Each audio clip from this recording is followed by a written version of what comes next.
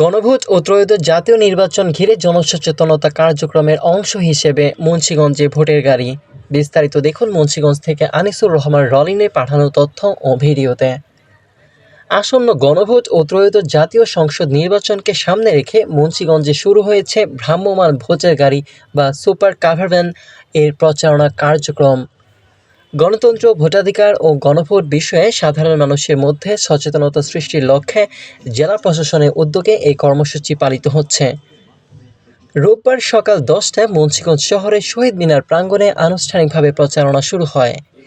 এ সময় ভোটের গাড়িকে ঘিরে সাধারণ মানুষের মধ্যে ব্যাপক আগ্রহ লক্ষ্য করা যায়। প্রচারের অংশ হিসেবে নির্বাচন ও গণভোট সংক্রান্ত তথ্য উপস্থাপনের পাশাপাশি পরিবেশন করা হয় দেশাত্মবোধক গান। গাড়ির পাশে স্থাপন করা হয় দেশের চাবি আপনার হাতে শীর্ষক উন্মুক্ত লেখনী বোর্ড ও জনমত বাক্স।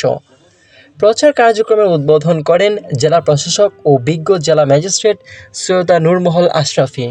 তিনি বলেন, অবাধ, সুষ্ঠু ও গ্রহণযোগ্য নির্বাচন নিশ্চিত করতে ভোটারদের সচেতন অংশগ্রহণ অপরিহার্য।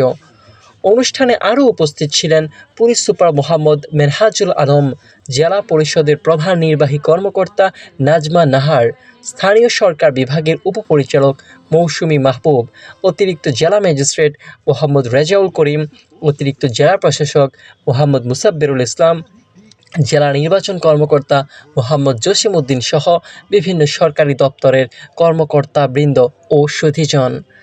জেলা তথ্য অফিস সূত্রে জানা যায়, ভোটের গাড়ি মূলত সংস্কৃতি বিষয়ক মন্ত্রণালয়ের উদ্যোগে দেশব্যাপী পরিচালিত একটি জনসচেতনতামূলক কার্যক্রম।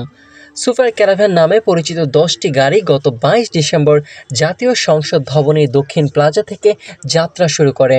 এসব গাড়িতে টিভিসি ও তথ্যচিত্র প্রদর্শনের মাধ্যমে জুলাই জাতীয় সনদ নিয়ে প্রস্তাবিত গণভোট এবং আগামী 12ই ফেব্রুয়ারি অনুষ্ঠিতব্য ত্রয়োদশ জাতীয় সংসদ নির্বাচন সম্পর্কে জনগণকে অবহিত করা হচ্ছে।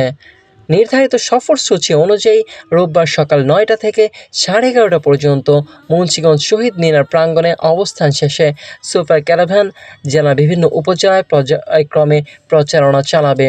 সংশ্লিষ্টদের প্রত্যাশা, এই উদ্যোগের মাধ্যমে ভোটারদের মধ্যে গণভোট ও জাতীয় নির্বাচন বিষয়ে সচেতনতা আরও জোরদার হবে।